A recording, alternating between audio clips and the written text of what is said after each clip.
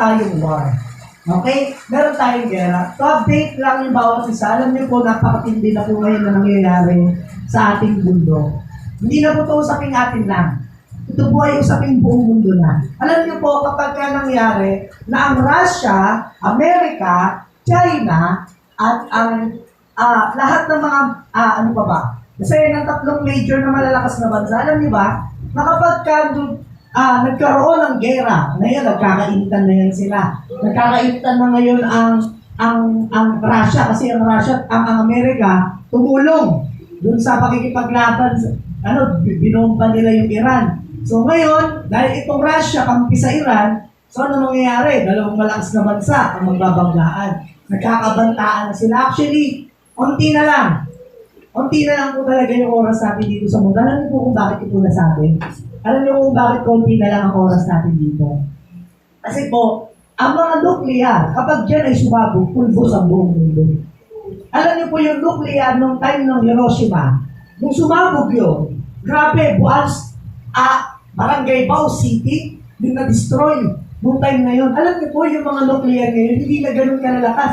Sobrang lakas. Halos 10 times, 20 times, 50 times na po yung lakas ng mga nuclear ngayon dahil sa technology. Ganun na po katindi yung mga gamit at mga armas ng mga ngayon, lalo yung Russia, lalo na yung China. Akala nyo, ganyan-ganyan lang ang China, mga local lang ang mga binibenta niyan. yung mga local lang, di ba? Kung sinabing China, di ba? Ay, local yan. Pero alam nyo ba, ang mga kagamitan yan, panggera, talagang uubos yan ng napakaraming tao. Ganun po katindi. At di po ba tayo ngayon po, mapagabag na ang ating mga puso nang simulan na natin mag-ayos, magseryoso sa ating pananampalataya. Alam niyo yan bakit? Kasi kunti na lang yung natitirang oras natin dito sa mundo. Alam niyo po kapag nag-gera yan, damay po tayo. Alam niyo po ba yun? Damay po ang ating bansa. Isipin niyo, nasa pagitan na nila. Yung Amerika, hawak tayo. Diba? Tapos yung China, kalaban nila. Tapos yung West Philippines, hindi natin man lang mapagtanggol. Kasi alam natin, hindi natin kaya. Alam niyo po sa war, sa pakikipaglaban po, hindi po dito kailangan ng tapang lang. Hindi po dito kailangan ng marunong ka. Panindigan lang ang meron ka. Hindi pwede yun. Alam niyo po si Duterte na ang natutuwa ko sa kanya kasi matapang siya at the same time matalino siya. Pwede ko siya pinopromote. Pero yun nga, yung parang gustuhan ko lang yung way niya. Kasi alam naman niya na hindi naman talaga natin kaya ang China. Bakit tayo magkikipaggera? Bakit tayo? Paglalaban natin, may wala kang malaban. Di ba? Wala tayong may pagmayabang sa kanila ng mga armas. Yung ROTC nga hindi magawa. Di ba? So parang may mga ganun lang nakaisipan ako na naisip. Hindi ako manood ng mga ganyan. Hindi ako manood ng mga patungkol sa mga nangyayari outside sa world. Outside sa universe. Outside the Philippines, sorry. Outside ng natin, country natin. Pero alam niyo po na sa war, tandaan niyo, marami akong mga natutunan sa Bible, kung paano ang mga Israelita, ang tatalino niyan eh. Ang Israel talaga, napakatalino niyan sa pakikipaglaban. Sipin niyo sila lang naka-invento ng Iron Dome na kung saan yung mga bomba ng mga kalaban, sinasalubong sa ere pa lang. So, ganun kagaling. Ganun sila katalino. Then may kahit sa Bible, pag binasa ninyo, yung mga paano sila makipaglaban, ang gagaling nila kasi yung patalino nila. So, ganun din dapat tayo. Meron tayong mga war sa buhay natin. Okay? Meron tayong mga war na dapat natin pagtuunan ng pansin. Alam niyo yung mga nangyayari sa bansa, ay sa mundo, huwag na natin masyadong, mangyayari talaga. Kasi darating yung oras, talaga magugulaw ang mundo. Matatapos talaga ang lahat. Uubos ang lahat. Sabi ng salita ng Diyos, heaven and earth will pass away, but the word of God will not pass away. Di ba? Kaya yung word of God, yung buhay natin ngayon, yung kailangan nating ayusin. Kasi meron tayong war sa mga sarili natin na dapat nating pagtagumpayan. Amen? Kailangan nating paglabanan para manatili tayo hanggang wakas. Amen? Gusto nyo ba manatili hanggang wakas? Gusto nyo ba na hanggang makita natin ang Panginoon ng mukaan? Di ba? Kaya ngayon, we need to prepare for war. Okay? Meron tayong war na dapat natin paghandaan. So, binasa natin kanina yung Deuteronomy chapter 20, verse 1 to 4. When you go to war against your enemies and see horses and chariots and an army greater than yours, then do not be afraid of them. Because the Lord your God, who brought you up out of Egypt. So it means yung time na yung mga Israelita pinalaya sila sa Egypt. Tayo naman iba, pinalaya tayo sa mga kasalanan natin. Will be with you. When you are about to go into battle, the priest shall come forward and address the army. He shall say, Hear Israel, you are going into battle against your enemies. Do not be faint-hearted or afraid. Do not panic or be terrified by them. For the Lord your God is the one who goes with you to fight for you against your enemies to give you victory. Diba? Na yung mga Israelita pinapaalalahanan ng Panginoon na every time they face battle or war, ang sabi ni Lord, siya yung sasama. At siya yung magbibigay ng katagumpayan sa atin. Alam niyo po yung Israel, simbolismo po yan ng bawat isa. Okay? Again, yung Israel po ay simbolismo ng pagiging Kristiyano ng bawat isa. Pansinin ninyo, yung mga Israelita, paulit-ulit sila sa kasalanan. Yung mga Israelita, pasaway, matigas ang ulo. Pero mahal ng Diyos. Tama? Alam niyo ba, ganoon din tayo? O sino rito pumunta rito walang kasalanan? Lahat tayo, di ba? Bago ka pa nga lang ata pumunta rito, may nagawa ka ng kasalanan eh. Diba? Baka pagpunta mo nga lang ata dito, may nakurot ka pa. Diba? Okay naman, bago ka pumunta rito, may naisip ka pang hindi maganda. Okay naman, bago ka pumunta rito, nagsinungaling ka pa. Okay naman, ano pa yung mga ginawa mo? So marami, lagi tayo nagkakasala. Prone tayo sa kasalanan. Lagi tayo nagkakasala. Pero alam niyo, mayroong solusyon.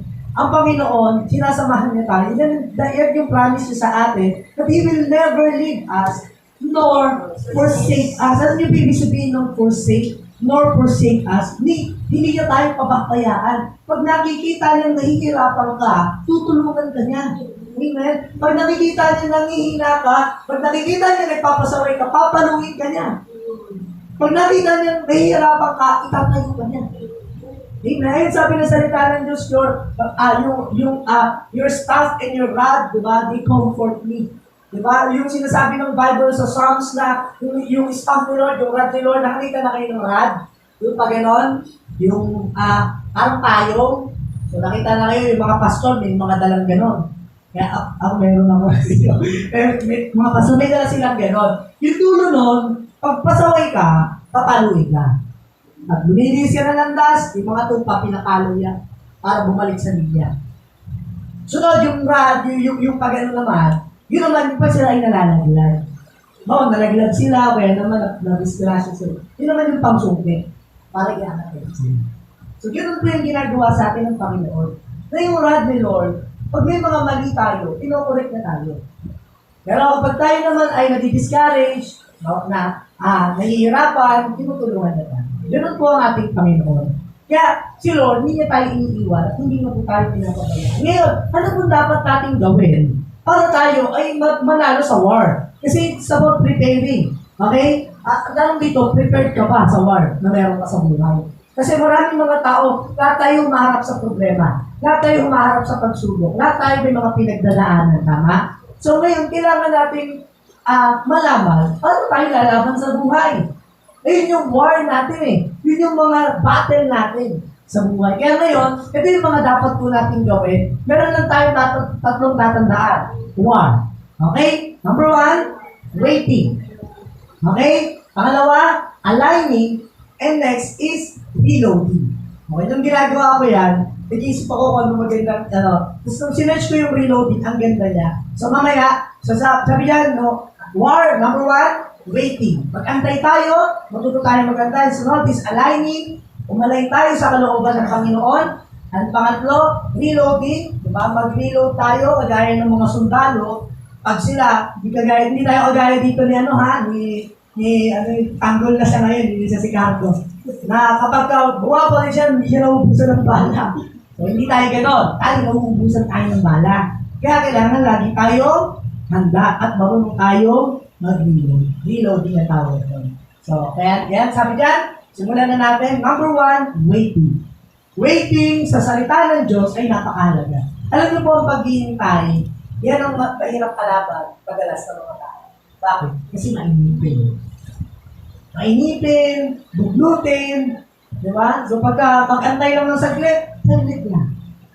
Nalala ko yung pamangkin ko kasi sa bahay na siya nakatira.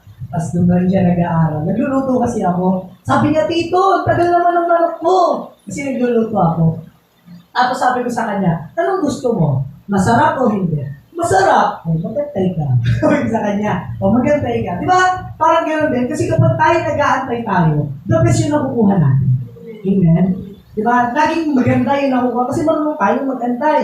Kasi naalala ko, kapag tayo naalala ko yung pamangkin ko na yun, kasi ano yun, mainipin. Tagal. Kasi sinabi ko sa kanya yun, tinanong ko dyan kung anong gusto niya. Di ba, halimbawa sa pagluluto pala, pag nagluluto kayo, halimbawa, magluto ka, ilagay mo lang lahat, mainitan lang, okay na. Adobo manok. Ilagay mo lang, ano magiging lasa? Di ba yun? Alam niyo ba ang pagkain, kapag naluto ng maayos at pinantay mo ng tama, nagiging masarap. Kahit simple lang ang ingredients na ilagay mo, pero pag niluto mo ng maayos, nagiging masarap. Alam niyo ba yun?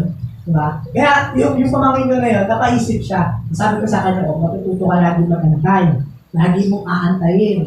Pag hindi pa tapos, huwag ka magmamadali. Okay? Sabi ko sa kanya yun. Tapos yun, nung nagantay siya, tapos pinatingin ko na sa kanya, masarap. Dahil nagantay ka, masarap na yun. Diba? Sabi ko sa kanya. Kaya ngayon, ano ba yung meron sa pag-aantay? So, sa waiting season natin, alam niyo po mga kapatid, yan yung marami tayong natututunan. Pag nag-aantay ka, ang dami mong matututunan dyan. Ang dami mong marirealize, ang daming mga struggle, ang dami, kasi hindi naman tayo nag-aantay na parang niwan tamad, na nag-aantay na bumagsak yung bukas sa amin. Hindi ganun ang klase ng pag-aantay na ginagawa natin. Ang pag-aantay na ginagawa natin ay may ginagawa rin tayo. Okay?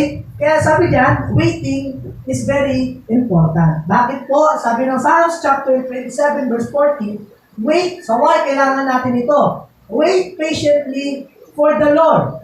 Be brave and courageous. Sabi dyan, yes, wait patiently for the Lord. Sino aantayin daw natin? Si Lord. Lagi tayong mag-aantay sa Panginoon. Alam niyo po, si Jehoshaphat, kung kilala niyo po si Jehoshaphat po ay isa sa mga king ng Israel na nakipaglaban. At dahil siya ay marunong makinig, at marunong siya mag-antay sa guidance ng Panginoon na kahit yung mga tao sa paligid niya, ano nang gagawin natin? Pero dahil siya ay nakikinig sa Panginoon at nag-antay siya ng instruction ng Diyos, ano nangyari? Alam niyo po yung gera na yon, kakaibang gera ang mababasa niyo na yun sa Bible. Kasi doon sa gera, ang pinauna, hindi mga sundalo, hindi mga may hawak na armas. Alam niyo kung ano pinauna? Yung mga kumakanta. Yung mga nagpupuri sa Diyos. Yung mga tumutugtog ng instrument. Sila ang pinauna, yung mga nasasambat magpupuri sa Panginoon. Alam niyo po, ang mga sa Christian life, o sa buhay nating mga Kristiyano, alam niyo po, hindi tayo nakikipaglaban, sabi ng salita ng Diyos, we do not fight against flesh and blood. We fight sa rulers, principalities, and etc. Diba? Mga unseen, sa spiritual realm. So yun po yung talagang battle natin. And yung battle na tinuturo sa atin ng salita ng Diyos ay hindi battle na nakikipaglaban ng literal. Alam niyo po, sabi ng Bible, di ba, na si Lord ang magbibigay sa atin ng victory. Means, hindi lang tayo yung lalaban, kundi kasama natin siya. Amen? He will go with us. Yan. Sabi niya, one who goes with you to fight for you against your enemy. Sino lalaban? Si Lord. Kaya alam nyo kailangan nyo gawin? Magpasalamat. Magpuri agad sa Panginoon. Diba? Pag may battle ka, alam nyo ang solusyon diyan, magpuri ka. Magpurihin mo ang Diyos, magpasalamat ka sa Panginoon. Pag mayroon kayong problema sa bahay, halimbawa, wala na kayong pagkain, wala na kayong bigas, wala na kayong mga pangangailangan ninyo, magpuri kayo sa Panginoon. Wala pa yung natatanggap ninyo, wala pa yung pinapanalangin ninyo, magpasalamat na kagad kayo. Alam niyo po, ako naalala ko, nung time na sa pangarap kong magkamotor pa lang, sabi ko, Lord, gusto ko magkamotor. Ngayon, ang problema, wala akong pera. Tapos bilang nangyari, nag-pray ako, Lord, hindi mo ano to. Basta sabi ko nung may kuya, basta may pastor ko sa kanakatira doon, sabi ko, kuya, dito ako magpapark ng motor. Tapos nagpe-prepare ako. Wala akong pera ha. Wala akong pera, wala akong, isang faith ko lang, magkakamotor ako. Kasi sabi ko kay Lord, Lord, para marami akong mapuntahan. Marami akong matulukan. Sabi ko lang kay Lord. Tapos kinabukasan, nagkaroon ako ng motor. Tapos ang problema, hindi umaandar. Tinanong ko doon, sa parking, tinutulak ko lang. Tinutulak ko hanggang doon sa bahay. Tapos, natupad yung prayer ko. Na, nga, Lord, tinupad mo magka-motor dito sa pwesto na to. Ang problema, hindi ko na ipag-pray na, Lord, yung umaandar. Lord, yung maayos. Nalimutan ko ipag-pray yan. Pinag-pray ko lang, magka-motor. Pero yun, praise God, kasi sumunod ng ilang araw, nagkaroon din ako ng motor. Brand new. Diba? Nagkaroon ako ng motor, tapos yun na, nagamit ko na siya para sa Panginoon. Tapos nagpipray naman ako ng sasakyan kay Lord. Sabi ko, Lord, gusto ko magkasasakyan. Asong problema, hindi ako makapag-drive, wala akong mapag-practicean. Tapos, nangyari, sabi ko, Lord, natuto na akong magmaneho, nakapag-drive na ako ng multi-cab. Sabi ko, Lord, kung ito na yung time, bigyan mo ko ng kotse. Tapos, yun na, dumating yung time. Ang galing ni Lord kasi pinrovide niya. Tapos, basta ang daming nangyari. Tapos, nagkaroon ako ng 7 sasakyan. Alam niyo ba yun? Nagkaroon na ako ng 7 sasakyan. Lahat yung dumaan sa akin. Kasi nag-buy and sell ako ng sasakyan. Kasi nagkaroon ako ng sasakyan. Hanggang sa natuto na ako na mag-manage ng mga gano'n. Ang daming mga bagay na ginagawa ng Panginoon kapag meron tayong pananampalataya. At marunong tayong magantay sa tamang oras. Amen? Kasi alam niyo, si Lord naman talaga nakikipaglaban sa atin. Si Lord na nagpo-provide. Si Lord lahat. Ano yung sabi lang ng salita ng Diyos? Be still and know that I am your God. Amen? Be still. Huwag kang mag-alala. Kung may mga battle kayo, may mga problema kayo, mga inaalala niyo sa buhay, alam niyo, God will provide. Tandaan niya, ang salita ng Diyos ang ating bala. Amen? Alam niyo po sa bahay namin, ang dami ko pong ampon. 5 ang ampon ko sa bahay. Di ba, ano kami sa bahay? 7. Sige, lahat yung pinag-aaral ko. Lahat yun, tapos lahat yun, pinoprovide ko lahat ng pangangailangan niya. Si Lord na nag-provide, hindi ako. Pero alam niyo po nakakatuwa, kasi yung mga batang yun, tumaba na doon, natuto na sila, ang dami ng mga, tapos minsan, tinatanong ako ng mga tao, hindi ko ba naman problema sa pang-araw-araw niya? Hindi. Nagugulat niya ako, nakakakain sila, mas marami pa eh. Kasi alam niyo, ang daming mga, yung tiwala at yung pag-aalala mo, inilagay mo sa tama. Talagang hindi ka papabayaan ng Diyos. Amen. Hindi po tayo papabayaan ng Diyos. Lagi niyang tatandaan, tawag dito, kapag tayo po ay marunong mag-antay, ito po yung ginagawa sa atin ng Panginoon. Every time we wait patiently, yan, ito yung mga nangyayari. Number 1, be patient in waiting. Kasi sabi ng salita ng Diyos, Isaiah chapter 40, verse 31, but they that wait upon the Lord shall renew their strength. Gusto nyo ba yun? Lagi kayong malakas? Amen. Gusto nyo maging malakas palagi? Matuto tayong mag-antay sa Panginoon. Ano yung kaantayin natin sa Panginoon? Matuto tayong mag-antay pag nananalangin tayo, hindi yung mag-pray tayo, Lord, tingin ganito, tingin ganyan. Hindi na tayo dapat humihingi sa Panginoon. Dapat tayo ay nag-aantay din, Lord, anong ipagagawa mo sa akin. Diba? Kasi, ang ginagawa natin pag tayo nananalangin, Lord, anong gagawin mo? Si Lord lagi. Minsan, magantay tayo, Lord, anong gagawin ko? Kasi alam niyo, ang gagamitin pa rin ng Panginoon para i-sustain ka, ikaw pa rin. Ikaw pa rin. Hindi pwedeng tutunganan ka lang. Sabi ng salita ng Diyos, ano sabi ng Bible, faith without works is dead. O diba? Lord, yung trabaho nun. O, nangalahin ka ng trabaho. Nag-aantay ka ng word, nakabuka lang sa bahay. Walang mangyayari. Diba? Antayin mo si Lord. Saan? Tanong mo siya, Lord, anong gagawin ko? Dapat gano'n, hindi yung, Lord, anong gagawin mo sa akin ngayon? Dapat tanongin mo rin si Lord, anong gagawin mo? Kasi ikaw ang kikilos. Kasi ikaw ang nasa katawan mo. Hindi si Lord. Amen? Ikaw ang nasa katawan mo. Kaya pag may pinapanalangin ka na gusto mangyari, kumilos ka. Amen? Di ba, hindi yung, Lord, sabi mo, ganito, diba? Gagawin mo to. Dapat ikaw ang kumilos. Amen? Pag may pinapadalangin kayo, magantay kayo sa Panginoon kung ano yung pinagawa niya. Ano yung gagawin niya? Kaya minsan napifail tayo, nagkakamali tayo sa mga ginagawa natin because walang instruction ng Diyos sa atin. Amen? Diba? Kaya pag tayo may gagawin para sa Panginoon, o kaya naman ay may pinagawa sa atin ng Panginoon, para malaman mo yun, magantay ka. Okay? So, saan na dapat magantay? Nananalangin ka. Diba? Isip mo talaga si Lord. Tanungin mo si Lord, saliksikin mo yung salita niya. Ganun po magantay sa Panginoon. Okay? Sabi dyan, but kasi pa tayo nag-aantay, ito lang yung nag-aantay ka na naririnig yung lakas mo. Kasi alam niyo po, nakakapagod ang buhay. Na totoo lang po, nakakapagod. Habang nandito ka sa mundo, ang dami mong mga harapin. Nakakapagod talaga. Ang dami mong mga uubos kang lakas mo, uubos ng pasensya mo. Marami. Pero nasabi dito, they shall mount up with wings as eagles. Diba? Kaya nga one time nagtatanungan kami, ang pasting dalawang kaibigan. Sabi ko sa kanila, ba't magiging hayop ka yun? Anong hayop ka? Sabi ko gano'n, sasabi niya ako, eagle. Kasi gusto nila lumilipan. Ewan mo, may something talaga na kapag ka nasa itaas ka.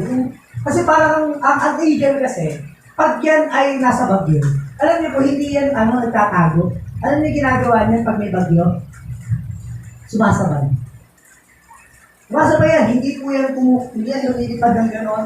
Binupo ka lang yan nila yung pakpak nila, tapos sasabay na sila sa kung saan sila galing yung bagyo. Nagpo-flow lang sila. And sa ilang sabi ng salita ng Diyos, they shall mount up with wings as eagles. Every time we face trials, every time we face yung mga struggle ng buhay, alam niyo, hindi natin matatakbo ito. Pwede mo takasan yan, pero ang problema, wala kang matututunan. At hindi ka mag-grow. Ano kailangan mo gawin? Mag-flow ka lang. Matatapos ko yun. Amen? Meron bang bagyo na nanatili? Bagyo isang taon? Meron ba? Wala gano'n. Diba? Wala nag-stay na bagyo. Ganun din sa buhay natin. Lahat ng bagay dadaan lang. Amen? Kaya, i-store mo lang yung wings mo. Diba? Mag-store ka lang. Diba? I-guide mo lang yung wings mo. Yung mag-flow ka lang. Hayaan mo dumaan. Hayaan mo harapin mo yan hanggang sa may matutunan. Alam niyo yung mga taong hindi takot umarap sa mga problema. Ito, number 2. Sabi dyan, and do not be weary, they shall walk and not faint. Sabi ng Bible, diba? They shall run, diba? Pero hindi sila makapagod. At magwala sila, hindi faint. Diba? Hindi sila manghihina, hindi sila manghihipay-pay. Kaya sabi dyan, number 2, ito yung kailangan natin sa war hat, be patient in waiting. Number 2, kasi kaya be patient in waiting. Kasi ang mga sundalo, alam niyo kung hindi yan panalos-dalos. Marunong mag-antay yan. Marunong sila mag-antay sa tamang pagkakataon, sa tamang timing, para manalo sila. Ang mga sundalo ganyan. Kasi yung mga sundalo, hindi sila yung padalos-dalos. Pinag-iisipan nila, pinaplano nila kung ano yung gagawin nila. Okay? Ganun din sa buhay. Dapat planado. Dapat alam mo. Amen? Dapat ipaplano ka. Kaya pagpaplano sa buhay, napakahalaga yan. Okay, number 2, be brave. So, kailangan naman maging matapang tayo. Maging malakas ang ating mga loob. Kasi hindi pwede sa gera ang manghina. Okay? Hindi pwede sa gera ang lalamya-lamya. Okay? Sabi dyan, Joshua chapter 1 verse 9, this is my command. Ano yung pagiging brave? Command yan. Hindi yan, choice. It's a command. Hindi yan emosyon. It's a command. Sabi niya, this is my command. Be strong and courageous. Do not be afraid or discouraged. Sabi niya, for the Lord your God is with you wherever you go. Amen? Laging ang galing nila ito. Laging wherever you go, I will go with you. Diba? I'll goes with you. Diba? Sabi niya, yan, it is a command na be strong. Utusan mo lagi yung sarili mong maging matapang. Utusan mo lagi yung sarili mong maging malakas. Alam niyo po tayo, pag may mga problema at pagsubok sa buhay, huwag tayong matakot harapin. Ano sabi ni Lord? Wherever you go, I will be with you. Amen? Kaya kapag marunong kang humarap sa mga problema, ikaw yung dating ng time, ang dami-dami mong baong bayan. Ang dami-dami mong baong mga kaalaman at karunungan. Bakit po? Kasi ang dami mong naranasan. Amen? Alam niyo po ako, nung time nung ako ay bata pa, Kasi lumaki ako walang magulang talaga. As in, 8 years old pa lang ako, talagang isa na ako na nagka-aaral, nagtatrabaho, nag-aaral, para sa sarili ko. Then, hinaharap ko lang yung mga problema, ini-enjoy ko lang yung mga times ngayon.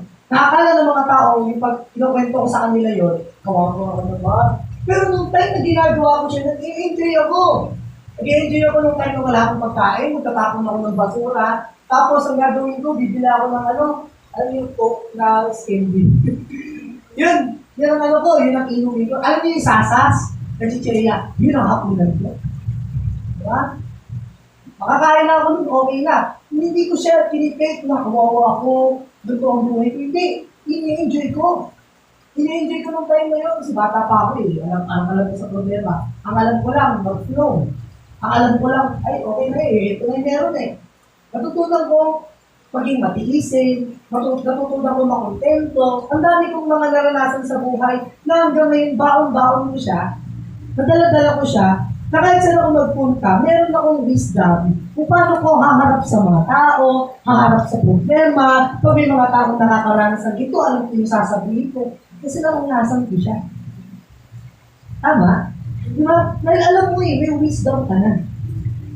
Diba? Kaya yung mga inampun ko sa bahay, tinuturuan ko talaga silang palagi. Kasi kagaya nila, dati rin ako nakikita na kung saan-saan. Nakikita na ako kung saan-saan. Nakaranas ako ng mga kung ano-ano salita.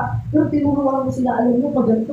Ang dami kong natuturo sa kanila, na alam ko na pagdating ng araw, na sila ang makikinabang. Kasi naranasan, saka totoo kasi sa'yo.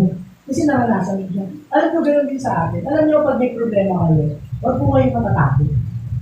Huwag po kayong mag-alala, hayaan nyo lang. Kasi sa langit wala ng problema. Enjoy mo na yan. Amen? Enjoy mo na. Sa langit, di ka naiiyak. Enjoy mo na yan. Diba? Sa langit wala ng problema. Enjoy mo na. Dito lang yan. Hanggang dito ka. Take mo na lang. Anggapin mo. Harapin mo. Kasi ikaw rin ang lalakas, ikaw ang tatapang, ikaw ang matututo, ikaw ang magiging matalino sa buhay. Amen? Kaya kailangan natin na maging matapang. Okay? Kaya pansinin yung mga taong matapang. Sila yung dami nilang pwedeng maipasang kaalaman at karunungan sa mga bagong relation. Kasi matapang sila. Ang pagiging matapang, hindi lang naman yun. Matapang kasi, subukan tayo, hindi gano'n. Hindi gano'n ang tapang. Ang tapang na sinasabi ang salita ng Diyos, hindi brave. Kasi may mga trials and testing talaga tayo hanggang nandito tayo sa mundo. Meron tayong mga pagsubok sa buhay. Kaya kailangan natin harapin. Kasi ang mga pagsubok, hindi yan binibigay ng Diyos para lang pahirapan tayo. Lahat yan may purpose. Sabi ng salita ng Diyos, all things work together for good for those who love God. And all according to His purpose. Amen? Lahat tayo, lahat ng nangyayari sa atin may purpose yan. Lahat ng mga nararanasan natin, yan ay for good. Hindi for bad. Kahit man yung nangyayari, pero yan ay for good. Lagi yung tatandaan, hindi lahat ng pangit na nangyayari sa atin ay pangit na. Dahil pag pangit, tandaan natin, whether good or bad, that's for good. Amen? Amen. Laging for good. Laging para sa ikabubuti. Hindi para mapabuti ka ngayon, kundi para sa ikabubuti. For good. Sabihin, hindi pa siya ngayon. For good. In the future mo pa siya. Kaya, hayaan mo lang na maranasan din yun. Ang mga ibagay na inalaw sa iyo ng Panginoon. Then, ikaw mismo na magiging marami. Okay? Having the mental and moral strength to face danger. Ito yung ibig sabihin ng pagiging brave. Having the mental and moral strength to face danger, fear, or difficulty, and choosing to act despite those challenges. Sabi yan, di ba sila may mga mental and moral strength to face danger, di ba? Yung mga alanganin, mga delikado, mga nakakatakot. Alam niyo po, nung nagpastor ako, hindi halata, pero takot ako nun. Pinakabahan ako. Kasi hindi ko alam gagawin ko. Pero hinarap ko siya. Pero nagsimula na ako sa ministry, doon ko nalaman, okay, ito pala yung plano mo yun. But that's why I'm choosing to act despite those challenges. Diba? Magpapatuloy ko pa rin kahit may mga problema. Kaya paborito ko yung magandang tuloy ang awit. Tuloy ang talaya, ito'y walang hukay, pagkat lakas mo ang tagalay. Di ba? Ang ganda ng kanta na yun. Anniversary, kakantayin natin yun. So yan. Then sabi dyan, di ba, despite ng mga challenges, nagpapatuloy sila. At nag-stay sila sa Panginoon. At nagpapatuloy sila sa buhay. Kaya nga alam niyo nakakalungkot. Alam niyo po si Lord, nalulungkot siya sa panahon natin ngayon. Kasi, only problema lang. Alam niyo, isa pala yung sa mga bagay na nakakapagpalungkot sa Panginoon. Kasi yung pamangkin ko po, dinala siya ni Lord sa langit. Nakakausap talaga siya ng Panginoon. Panaginip, talagang sobrang detailed. Hindi pa siya nakakapagbasa ng Bible pero kaya niya ikwento. Kaya niyang i-describe detailed yung nangyari kay Jesus. Pero kung grabe, ginaikwento sa kanya ni Lord. Yung mga, tas sinabi sa kanya ng Panginoon na alam mo, nalulungkot ako sa mundo kasi konting problema lang, sumusulo na. Di ba nagpapakamatay ka? Nalulungkot talaga si Lord sa mga ganun. Kasi bakit po? Kasi mahal tayo ng Panginoon at hindi niya hahayaang hindi tayo maging marunong. Kasi anak niya tayo. Amen? Kaya sabi diyan, yan. So then, despite ng mga challenges na yan, nagpapatuloy tayo. It's not about being fearless. Okay? Ang takot na din talaga yan. Natatakot talaga tayo. Pero, ano sabi diyan? But about overcoming fear and confronting difficult situations with courage. Amen? Nakaharapin natin yung problema, hindi ka takot. Kundi, tinatalo mo yung takot. Amen? You overcome fear, and kino-confront mo yung mga problems ng buhay and challenges ng buhay. Amen? Diba? Harapin mo lang, huwag kang matakot. Okay? Amen? Isaiah chapter 43 verse 2, sabi niya, when you go through deep waters, I will be with you. Di ba? Lagi sinasabi ni Lord yan. When you go through rivers of difficulty, alam niyo ibig sabihin ng when you go through rivers of difficulty, nakakita na kayo ng malakas na agos? Malakas na agos? Sino rin mga nakapunta na sa Antipolo, yung nakasama? Si siya yung ata, maraming ko lang nakasama. Dati, alam niyo po, dun sa Antipolo, meron kami ilog. Merong ilog doon. Tapos pag bumabaha doon, ang lakas talaga ng agos. As in, malakas. As ako, si Kalakal Boys ako eh. Nag-aantay ako ng mga kalakal. Nag-aantay ako ng mga bote o plastic. Sa Kalakal, mabibenta. Kasi musabit ko yun. Tapos kapag hindi ko abot, tinatalon ko yun. Dinadive ko ka, napakalakas ng agos. Alam niyo po, may isa akong natutunan. Sabi dito, when you go through rivers of difficulty. Ang rivers kasi, ano yan eh? Agos yan eh. Agos yan. Ngayon, yung problema ng buhay, alam niyo po, hindi mo yan kailangan salubungin. Yes, hinaharap natin with wisdom. Amen? Kailangan marunong ka. Alam niyo po ginagawa ko para makatawid ako sa kabila? Hindi ka makakatawid. Hindi ka makakatawid kapag kalabanan mo yung agos. Harapin yung, nalala ko yung pinsan ko kasi marami kami dun sa amin. Yung pinsan ko yung mayabang, kapang ko. Tinatry niya talaga yung labanan yung agos. Hindi niya kinaya. Inagos siya layo. Sabit-sabit siya sa kawayan. Sagat siya. Pero ako noong time na yun, sabi, hindi ko gagayahin yan. Ang ginagawa ko, ang lakas-taas ng agos, umaragaza. Alam niyo, nakakatawid ako sa kabila. Alam niyo kung ginagawa ko. Pupunta ako, di ba, ito ang destination ko. Pupunta muna ako dun sa kabila. Alakad ako ng malayo. Tapos tatalon ako. Tapos hindi na ako lalangoy. Hayaan ko lang anunin ako hanggang sa makarating ako sa kabila. Makarating ako sa destination ko. Na hindi ako hirap na hirap. Kasi minsan ganun tayo, no? Kaya ko to. Kailangan mo lang matuto ka na mag-flow. Amen? Kailangan matutunan mo lang na ito kasi ang agos ng buhay. Ito ang problema, hindi mo dapat, yung parang harapin na mag-isa. Kailangan matuto ka kung paano mo mapagtatagumpayan yun. Amen?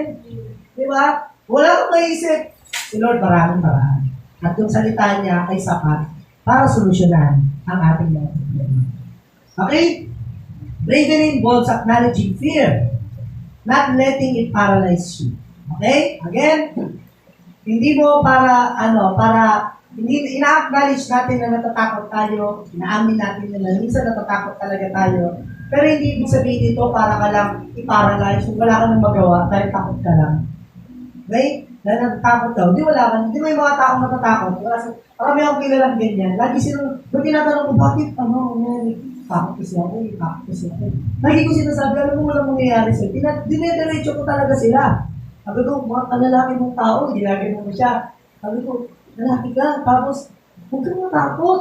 Hindi naman nangyayari sa'yo, wala kang ma-accomplish sa buhay, is takot ka.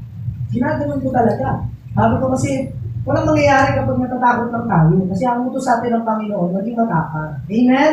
Number 2, courageous.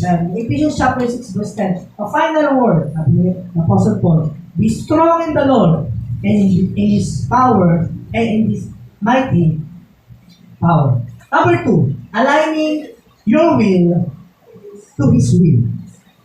Okay? Sabi dyan, aligning your will to His will. Meaning, aligning your plan to His plan. Okay? Hindi yung plan ni Lord ang i-align niya sa plano mo. Kundi, you are aligning your plan, your own will, to His will. Lord, ito yung kalooban mo. Yes, sabi ni Lord, di ba? Nung tayo na-repression sa Garden of Gethsemane. Di ba? Ano yung kalooban mo? Yun ang mangyayari. Kapag maging ganun din ang mga prayers natin palagi. Yes, may mga plano tayo. May mga gusto tayong mangyayari sa buhay natin. May mga pangarap pa tayo. May mga gusto tayong gawin. Pero sabi ng salita, sabi dito sa siyahin natin ng prayer, let your will be done. Amen? And ano kailangan natin gawin? We need to align our will to His will. Yung kalooban mo, dapat ay nasa kalooban. Let the will of God be accomplished, diba, sa mga buhay natin. Romans chapter 12, verse 2. Ito yung dapat natin tandaan. Don't copy the behavior and customs of this world. Pag sinabi kong, don't copy the behavior, the way sila magsalita, the way sila makitungo, o ano yung ginagawa ng mga tao sa mundo, huwag po natin gagayahin yun. And sabi dito, in the customs of this world, yung mga ginagawa dito sa mundo, yung mga bagay ng mga mundo. Sa ibang version niya ay do not conform. Pero ito sa NLT, do not copy. O don't copy the behavior. Huwag yung gagayahin. Kung ang behavior nila kapag pinapagalitan sila, nagre-reklamo, huwag mong gayahin yun. Diba? Kapag, diba, sino ito kapag kinokorek ka, sumasama agad loob na. Pag tinama ka lang, sino si Teacher Grace, o si Pastora Grace, kinorek kunyari si Dito. Di pulot ka nga kasing ganyan. Hindi kasi tama yan. Sasabihin din po, dati na lang ako nakikita nyo. Lagi nang mali ang nakikita nila. Wala nang mabuti. Ano na yung ginawa ko? Hindi na nakikita yung kabutihan sa buhay mo. Kundi gusto lang mas maging mabuti ang buhay mo. Amen? Hindi porket pinapagalitan tayo, pinokorek tayo. Halimbawa, para i-preach dito, may natuturo dito, tinatamaan ka. Huwag sasamaan mo. Amen? Dapat, bago tayo. Kasi yun ang purpose kaya tayo nandito. Amen? Kasi hindi lang naman para i-glorify si Lord, hindi para baguhin ni Lord yung buhay natin. Okay? Kaya do not conform and do not copy the behavior and customs of this world. But, let God transform you into a new person. Amen? Let God, hayaan mo si Lord na magbago ng buhay mo. Kaya alam niyo bakit hindi nagbabago yung buhay ng mga tao? Kasi, ganito yan. Ayaw iwanan ng mga bagay ng mga mundo. Kaya hirap na hirap silang magbago. Actually, madali lang magbago. Sa totoo lang po, madali lang magbago. Alam niyo po kung bakit? Ako sinaranasan ko. Nung time na ako po ay makamundo pa, talagang makamundo ako. Kung sasabihin ko sa inyo kung gaano ko ka-worthy, alam yan, ng mga nakasaksi sa akin noon nung ako high school pa. Ay, talagang nasa amundo ang buhay ko. Pero alam niyo, nung time na sinuko ko na lahat ng mga kamunduhan ko, binigay ko na sa Panginoon, sabi ko, Lord, sige, simula ngayon, hindi ko na ito gagawin. Simula ngayon, hindi na ako sasayaw sa TikTok. Simula ngayon, hindi na ako sasama sa mga ganito. Nung time na ginawa ko yun, yung pagbabago ng buhay naging natural. Hindi na ako nahirapang baguhin yung gawin ako magsalita. Kasi dati, pag nagsasalita ako, parang may kaaway. Siga. Kasi nga, ako nun, lumaki kasi ako sa kalsada.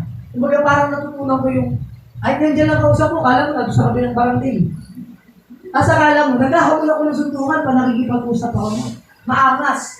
So, ganun ako noon. Pero, alam niyo, nung time na inalaw ko si Lord, na iwanan yung mga bagay na ginagawa sa mundo, doon lang binago ng Panginoon yung buhay ko. Nagulat ko yung tito ko. Kasi hindi talaga ako yung malambing. Hindi ako yung sa mga kapatid ko, ganun ako. Pero sa mga kamag-anak ko, hindi ako sanay. Pero one time, kasi yung tito ko na yun, na pinalayas ako noon.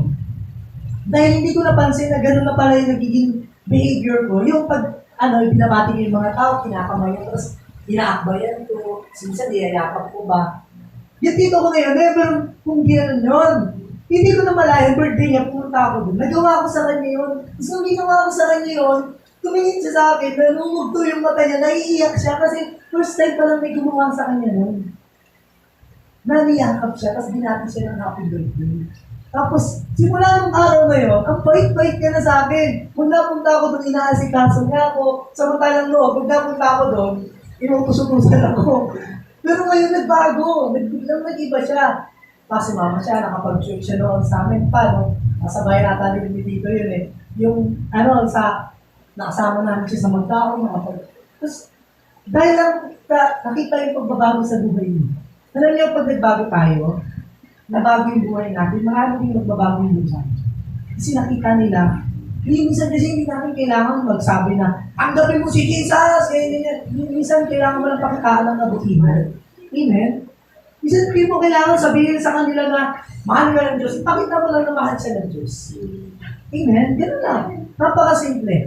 Hindi natin kailangan pahirapan natin mga sarili. Kasi, you are a living testimony. Amen? Kaya dapat, hayaan natin baguhin ng Panginoon yung buhay natin. Sabi nito, by changing the way you think. Sabi niya una, but let God transform you. Si Lord na magbabago sa iyo. Pero meron din dapat tayong gawin. Ano dapat natin gawin? By changing the way you. Sabihin, ikaw naman, the way you think. Baguhin mo, gawin ka na mag-isip. Kung ganito ka mag-isip noon sa kapwa mo, baguhin mo na. Kung ikaw, nakita mo lang na ganito si ganito, inisip mo na, ay, ganito yan. Issue ka agad. Diba? Parang gano'n. Minsan, yung pagiging marumi ang isip, yun ang nagdadala sa atin sa kapahamakan. At yun ang nagpapahamak din sa iba. Tama? Kaya kailangan, sabi ng Bible, change the way you think. Linisin natin ang ating mga kaisipan. Diba? Nakita mo lang ginabutan ng bulaklak. Diba? Para pala sa ano yun? Halaman. Pantanim pala yun. Hindi ka ako ni siya mo. So, minsan, yung mga isip natin, dapat natin baguhin. Minsan isipin, hayaan natin na baguhin tayo ng yun din, kaya hindi nagbabago ang tao kasi hindi niya binabago daw siya mag-isip. Dati, negative negative ka mag-isip. Laging negative nasa isip mo. Baguhin mo na. Gawin mo ng positive. Amen? Dati, halimbawa, pag may problema kayo sa bahay, wala kayong pagkain. Wala na namang pagkain. Ito na naman ang buhay. Ito talaga.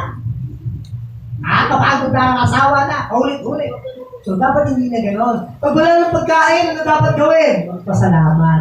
Thank you, Lord, kasi magkakaroon na kami pagkain. Thank you, Lord, kasi yung bigasan namin magkakaroon na ng naman.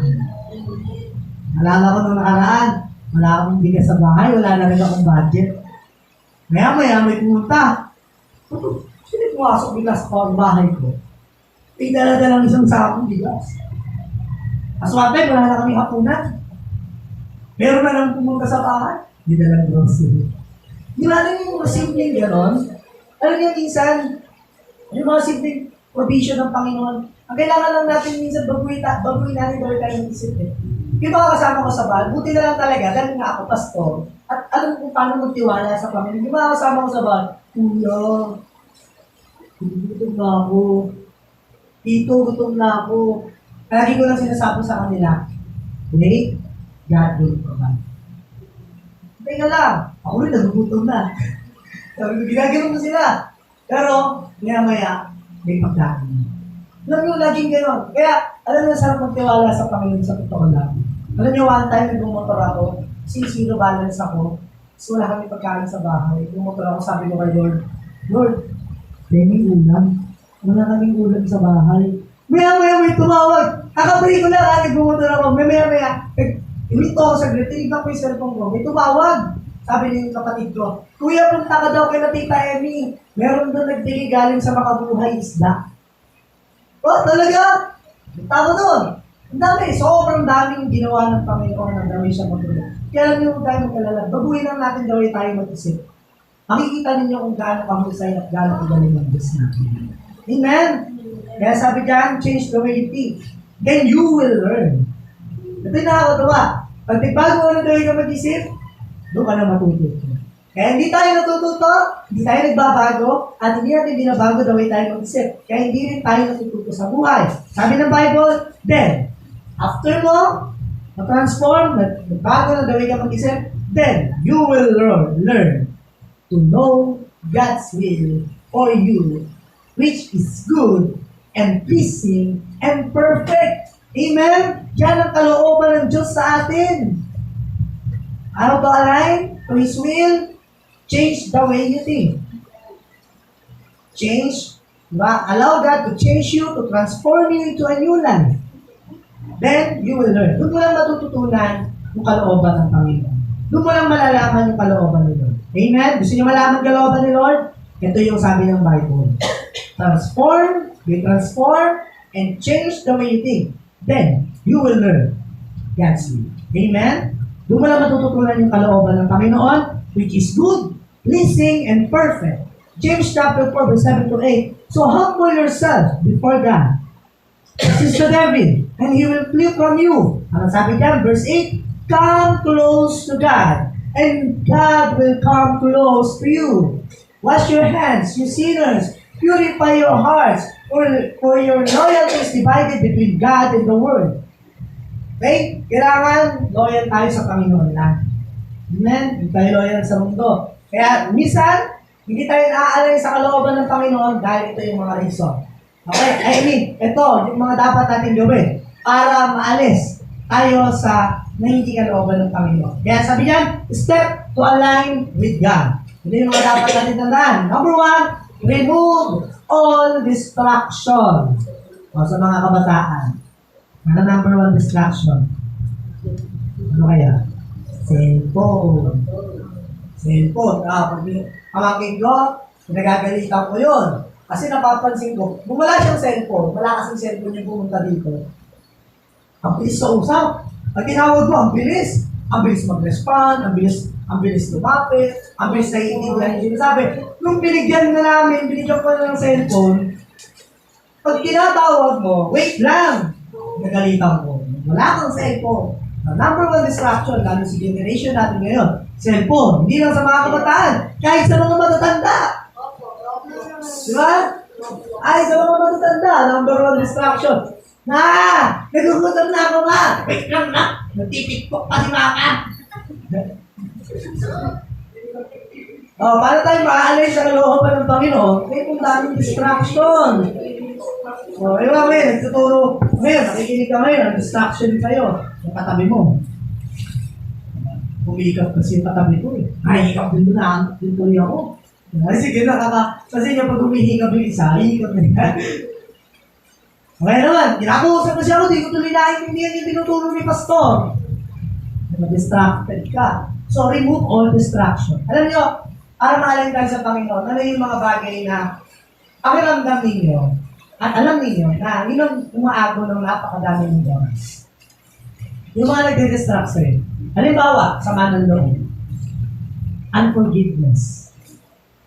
Yan, number 1 distraction yan. Hindi mo ma-approach tong tao na to kasi masama loob mo.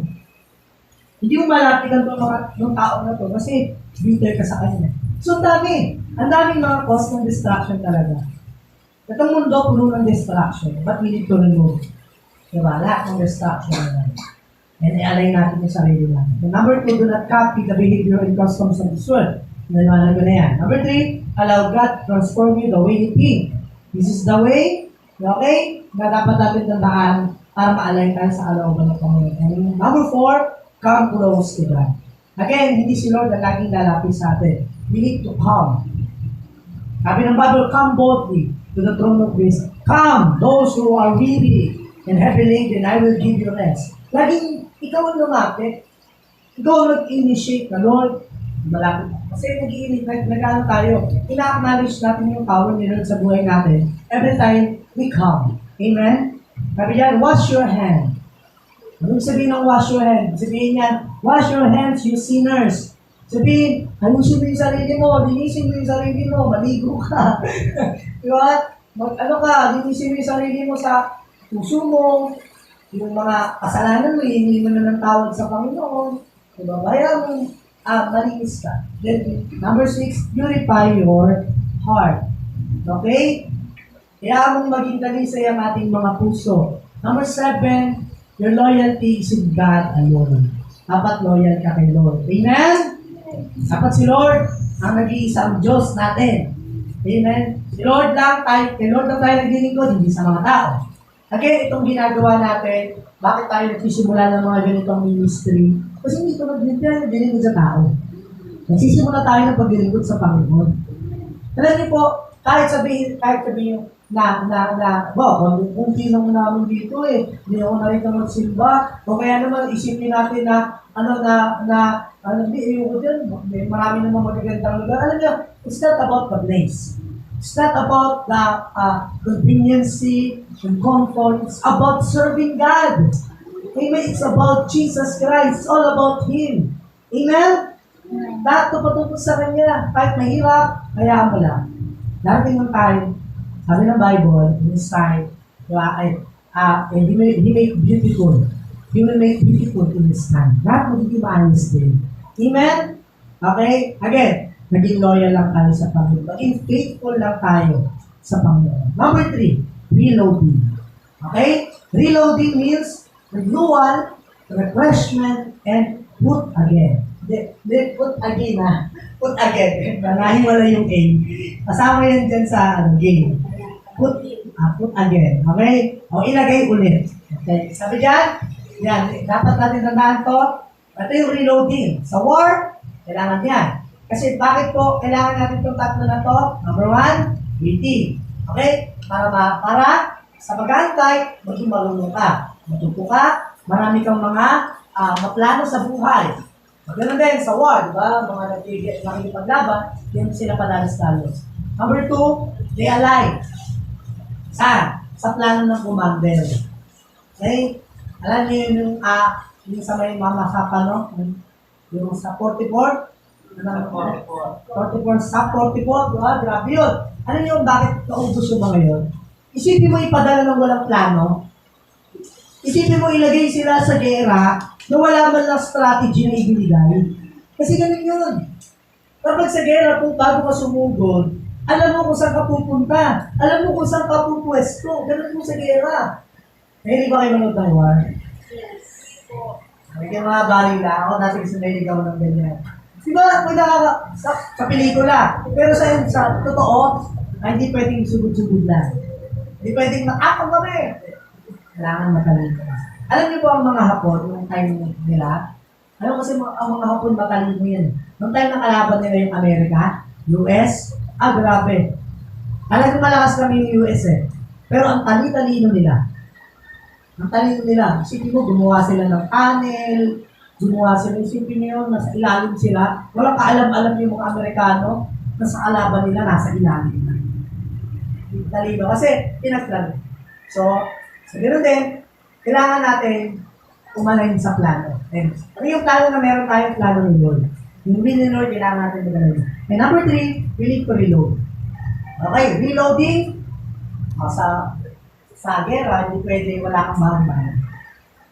Hindi pwede isang magazine lang kadala-dala mo. Palag na yan.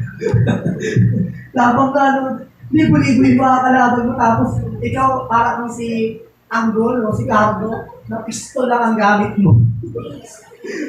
Pistol lang ang gamit mo, tapos wala ka pang ibang dalang magazine, isa lang ang limited. Walang ganon. Sa reality, kailangan marunong ka.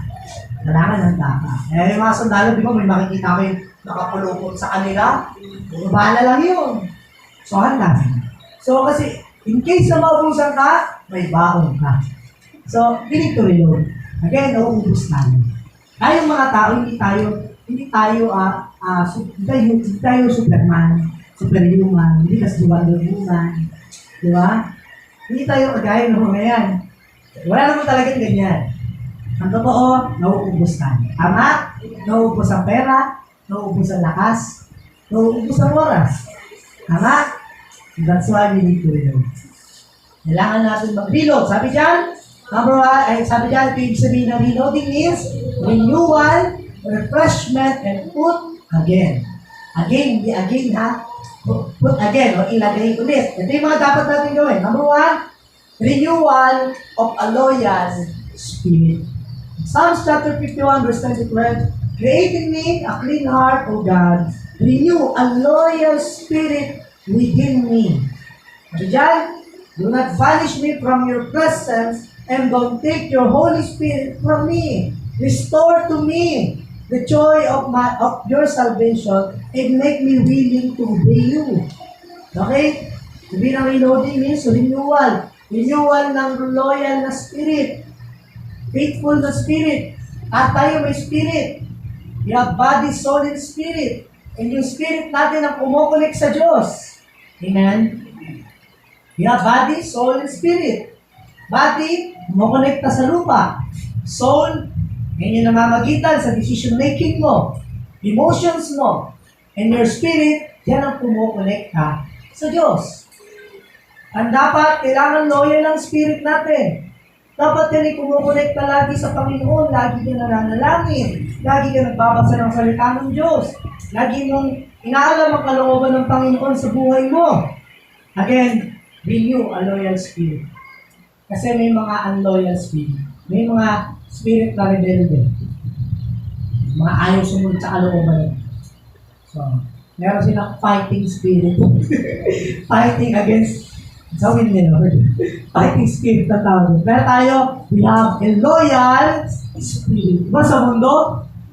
Grabe fighting spirit. Hindi. Dapat hindi ganoon. Dapat meron tayong loyal spirit. Amen? Tayo mga Christian, meron tayong loyal spirit. Okay? Dapat marin niya. So, paano? Sabi dyan, number 1, cleansing of heart. Kailangan malinis ang ating mga puso. Sino naglilinis ang puso? Si Lord. Okay? Si Lord na naglilinis ko ng puso. Sabi mo ng salita ng Diyos, repent and be baptized for the kingdom of God is at hand. Ano mo ba yung sinasabi niya? For the kingdom of God is at hand. Alam niyo kung nasan yung kingdom? Sabi ng salita ng Diyos, the kingdom of God, nasa puso po natin. And every time we repent, every time, kasi pag sinasabing cleansing of heart, repenting of sin, repentance, isisisi sa mga kasalanan, pag-a-admit ng mga kasalanan, then may kakaroon. Sabi ng Bible ba, repent for the kingdom of God is at hand. Ang erasan yung kingdom ni Lord. Yung kingdom ni Lord is nasa puso po natin. So every time we repent, every time na nagsisisi tayo sa mga kasalanan natin, humihingi tayo ng tawad sa mga kasalanan natin, ano nangyayari? Bumubukas ang pintuan ng ating mga puso, bumubukas ang kaharian sa ating mga puso para makapasok si Lord at linisin ang mga. Amen? For the kingdom of God is at hand. Repent. Kung nagsisisi tayo, nililinis ni Lord ang ating mga puso. The next, restoration of joy. So may tanong ako, lalo sa mga matatagal na. Kung una mo makilala si Lord, ano naramdaman mo? Kung una mo ma-encounter si Lord, ano naramdaman mo? Ang saya-saya, di ba? Yung una mong maramdaman yung pagmamahal ni Lord, yung una mong maramdaman yung sa kalitasan mo, naiintindihan mo na, Lord, salamat, niligtas mo ako. Lord, salamat kasi nilinis at binago ako. Hindi ko makakalimutan yung araw na yon, prayer meeting yon. Talagang hindi na ako nakalupot, nakadapa na ako sa sahig. Nakasupsop na yung mukha ko. Sabi ko, Lord, patawarin mo sa mga kasalanan ko kasi sinabi sa akin ni Lord sa puso ko. Talagang ramdam ko, sabi ni Lord, pinatawad na kita. Alam niyo, grabe yung joy. Grabe yung saya, hindi ko ma-explain. Alam niyo, paglabas ko ng church nung time na yon, nakangiti ako kasi hindi ko alam, hindi ko ma-express. Pero sobrang saya mo. Sa sobrang saya ko, kahit naglalakad lang ako, nakangiti ako. Na kahit sumakay ako sa tricycle, nakangiti ako. Hanggang sa pag-share ako sa mga tao, ang saya-saya ko. Nadadamay sila sa saya na nararamdaman ko. It's the joy of our salvation. Amen? And sabi ni Lord, restore. Sabi ni David, restore to me the joy of my salvation. Ngayon, same pa din po ba yung saya na nararamdaman mo nung araw na nakilala mo siya? Same pa rin ba yung galak at sigla mo nung araw na nagsimula ka sa kanya? Diba? At kung hindi na, it's time to restore the joy of your salvation. Amen? It's time na para ibalik mo yung saya na yun. At hindi ko magbabalik mo si Lord. Ang kailangan mo lang gawin, mag-repent. Lord, patawarin mo po ako sa mga kasalanan ko. And the Lord will restore your joy. And bring back the glory in the presence of God in your life. Balik mo na yung presence ni Lord sa buhay mo. Sabi dyan, it's no longer I who live, but Christ lives in me. Sabi ng Bible. Hindi na ikaw nabubuhay sa sarili mo. Kasi we are a carrier of God's presence. Amen? Nagadala tayo ng presensya ng Diyos. Pag nagpupunta tayo sa isang lugar, di ba? Pumunta ka dito, dala-dala mo yung presence nila. Pumunta ako rito, dala-dala natin yung presence nila. Kahit saan ka pumunta, kapag nandun ang presensya ng Diyos, masaya. Ibig sabihin, kung nasa saan ka, nagdadala ka ng kaganakan sa atin at kaligtasan. Amen? Kahit saan ka pumunta, mga kapatid, alam niyo po, lagi yung tatandaan yan. Carrier tayo ng presence nila. Alam niyo ba, dati nalala ko, nung nanalangin ako sa Panginoon, Lord, sabi ko, kahit saan mo ako puntahin, isi-share kita. Ganun ako, ganun kakalaw, at kasagay yung gusto ko. Alam niyo, sumakay ako ng bus. Pagsakay ko ng bus, wala lang akong upuhan, nasa harap pa, sa tabi na ako ng driver. Pasabi na ako po, sabi ni Lord, ito na yung prayer mo.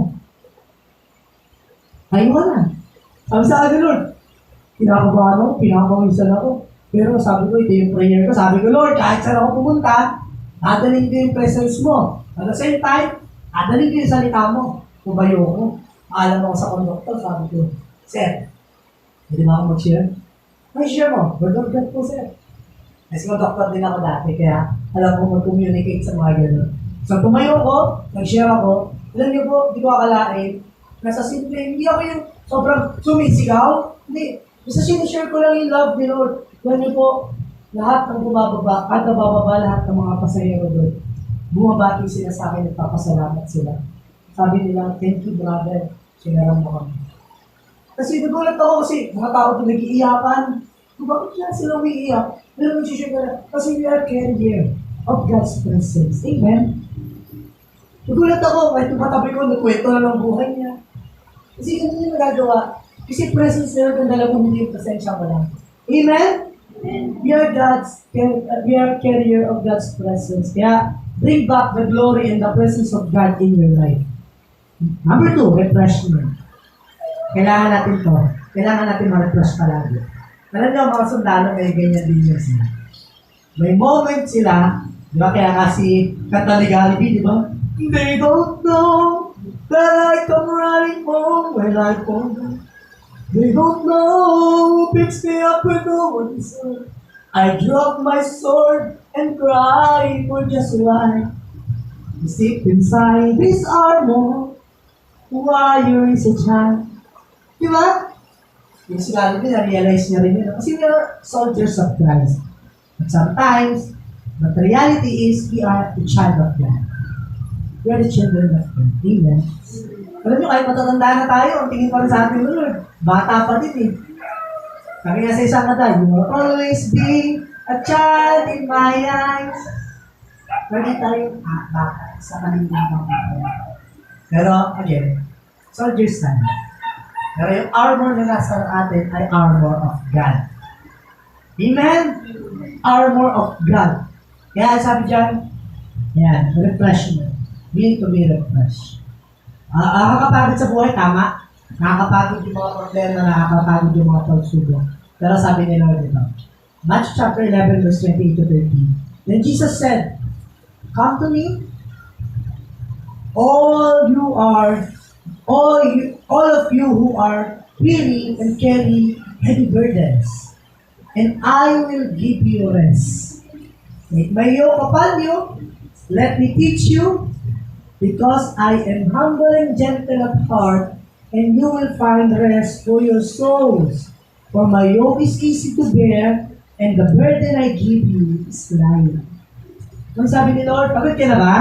Kapagod ba kayo? Ito yung offer ni Lord sa atin. Come to me, those who are weary and heavy laden, and I will give you rest. Kaya nalala ko kasi noong time ng pandemic, yun yung time na pinakahurok din ng aking problema sa buhay. Na nagkaroon ako ng matinding discouragement, first time in my life, na hindi ko may pagtanggol, hindi ko masabi sa mga tao yun. Kasi ang daming nangyari sa akin noong time na yun, sa pandemic. Tapos pagod na pagod yung kaluluwa at spirito ko. Yung loob-loob ko pagod na pagod. Tapos nagbabasa ako ng Bible, tapos nabasa ko ito. Napaawit ako sa Panginoon. Kasi naka-create ako ng isang song na patungkol sa Panginoon na nagbibigay ng kapahingahan. Sabi dun sa kanta na, come to me, come to Jesus, come to me, now you rest. Parang, grabe Lord, yung time na yun, binigyan talaga ni Karoon ng Panginoon ng kapahingahan ng puso niya. Sa mga discouragement, disappointment, mga naranasan ko na hindi ko maintindihan bakit siya nangyari. Pero praise God kasi inalaw yun ng Lord para tumibay ako at para panghawakan ko yung pangako niya. Yung time na yun, ang dami ko nagawang kanta para sa Panginoon kasi ganun si Lord, magbigay ng kapahingahan sa atin. Ito pa sabi sa Psalms chapter 23 verse 24, He makes me lie down in green pastures, He leads me beside quiet waters, He refreshes my soul. Sabi niyan, He guides me along the right paths for His name's sake. Even though I walk through the darkest valley, I will fear no evil, for you are with me. Your rod and your staff, they comfort me. Ito sinasabi ko kanina, yung rod ni Lord, yung staff ni Lord, they comfort me. Nasabi dyan, He makes me lie down in green pastures. Nakita na ba kayo ng garden na ng problem kasi nung time na nag-mission kami doon, yung lugar doon talagang napakaganda. Talagang makikita mong puro green. Tapos pwede itong gumulong-gulong sa damuhan. Tapos saya-saya. Tapos na-realize ko, every time na nakakakita tayo ng gano'n, di ba, nakaka-refresh, na parang nakakagaan sa pakiramdam. Na sabi ni Lord, He makes me lie down in green pastures. He leads me beside quiet waters, sabi niya. Again, kailangan mo lang nakapahinga. Minsan, pag tayo pagod, pahinga ka lang. Yung nahihirapan ka, pahinga ka lang. Minsan kasi tayo, tayo. Laban lang! Minsan kailangan mo lang pahinga. Minsan na tayo. Boss, lalo sa mga workers dito, sa mga nagsisimula dito, na nandito sa church na to. Alam nyo, minsan makakaramdam kayo ng pagod. Talagang, paulit-ulit na lang, makakaramdam kayo ng mga ganyan. Pero, pahinga lang. Minsan, kumain ka lang. Totoo, alam niyo po ako na nagsisimula ako, ganito, halos lahat ako. Ako tututog, ako mag-preach, ako gagawa ng ganito, kasi mga kasama ko mga, hindi rin sila marunong, paano magsimula. Lahat ako. Ako kakanta, ako tutugtog, kasi yung mga kasama ko doon, talagang tinuturuan, tinitrain ko din sila. Tapos kung natuto na sila, praise God yun, na ngayon, pwede ko na silang iwan kasi kaya na nila. So ngayon, di ba, parang dito sa atin, sa una lang yan, darating ang time, makakaramdam at makakaramdam kayo ng pagod. Madidiscourage yun, pero pahinga lang. Ako lang, ganun lang po ginagawa ko nung time na nagsisimula ako. Papahinga lang ako. I-pray ako, tapos matutulog ako. Kakain ako, bubusugin ko rin sa rin, okay na. Laban ulit, gano'n na. Okay? So, huwag tayo masyadong mapapadiscourage. Pag nararamdaman natin yan, kain ka lang, pahinga ka lang. Ako nga, one time parang hirap na hirap ako, pero uulang ako. Uulang! Kasi sa sobrang dami yung ginagawa, hindi ko alam na uuhaw ka, napapagod ka. So, uulang pala ako. Nakainom ng tubig, okay, kanta ulit, okay, worship ulit, okay, lead ulit. Ganun lang. Pero alam niyo mga kapatid, minsan kailangan mo lang nagpahinga. Okay, again, lalo na sa mga nandito, pahinga lang. Pahinga ka lang. Hindi sinabi naman ng Bible na tumigil ka, pero sabi ni Lord, bibigyan ka niya ng kapahinga. Lumapit ka lang sa kanya. Again, ang kapahingahan na binibigay ni Lord, extraordinary.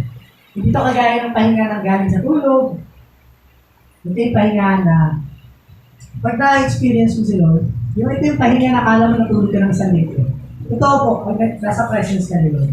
Again, number 3, put again the armor of God. Okay, after yan, after mong magawa lahat ng yan, then put again the armor of God. Sabi dyan, put on the full armor of God so that you can take your stand against the devil's schemes.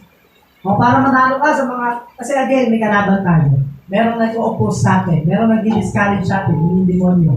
Kaya sabi dyan, put on the armor of God, the helmet of salvation, the breastplate of righteousness, the shield of faith, the sword of the Spirit, the belt of truth, and shoes of the gospel. You need to wear it. Okay? One time, nagpipray ako sa bahay, sa church. At meron kasing talagang matinding battle na nangyari sa church namin na ay ba, darkness talaga, literal, na nararamdaman mo yung mga works ng enemy, yung devil. May mga nadi-deliver, may mga, talagang kakaiba. So one time, nagpipray ako sa church, nagpipray ako, sabi ni Lord, pinakita ni Lord sa akin kung paano yung itsura ko nung ako ay nag-pray. Alam niyo yung itsura ko? Nakasuot ako. Grabe, parang ang laki ng tao. Kasi niya, late ko lang, di ba? Pero dun sa, pinakita sa akin ng Panginoon na itsura ko, nung nakaluhod ako, nakaluhod ako, pero dun sa, nakita ko, nakatayo ako, suot-suot ko yung armor. Tapos, talagang yung ganda-ganda ng suot ko. Talagang soldiers, na hindi yung mga sundalo yung sinusuot ng mga sundalo dyan, iba-iba.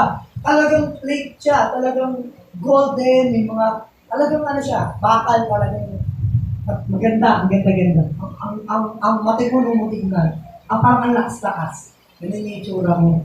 Kaya after ko mag-pray noon, yun na. Ayun pala, dami mga lalapit na magpapapray, tapos ang dami mga madi-deliver. Yung talagang literal na yung talagang nagmamanifest yung demonyo. Ganun yung mga na-encounter ko, pinapalayos yung mga demonyo. Talagang, ganun yung naranasan mo. Pero yun yan, di ba? We have a war. Okay? We fight against, we do not fight against flesh and blood. Okay? Kalaban natin dito ay demonyo. Okay? Kaya we need to put the armor of God sa mga buhay natin. Amen? Okay? Lagi natin isuot yan. Sabi dyan, put on the full armor of God so that you can take your stand against the devil's scheme. For our struggle is not against flesh and blood, but against the rulers and against the authorities, against the powers of this dark world, against the spiritual forces of evil in the heavenly realms. Okay? Again, hindi na nakikipaglaban sa physical. Nakikipaglaban tayo sa spiritual. And we need to put the armor of God, the helmet of salvation, the breastplate of righteousness, the shield of faith, the sword of the Spirit, the belt of truth na naluhod sa atin, and the shoes of the gospel. Amen? Again, po tatandaan natin, we need to prepare for war. War ng buhay. Okay, hindi gera ng literal lang. Prepare sa war ng buhay natin. And number one, war, wait. Sabi ng Bible, wait on the Lord and He shall renew your strength. Number two, aligning to His will. Okay? Nakalooban na kami. Number three, reloading. Refreshment, renewal, and putting again the armor of God. Amen? Palakpakan natin ng Panginoon.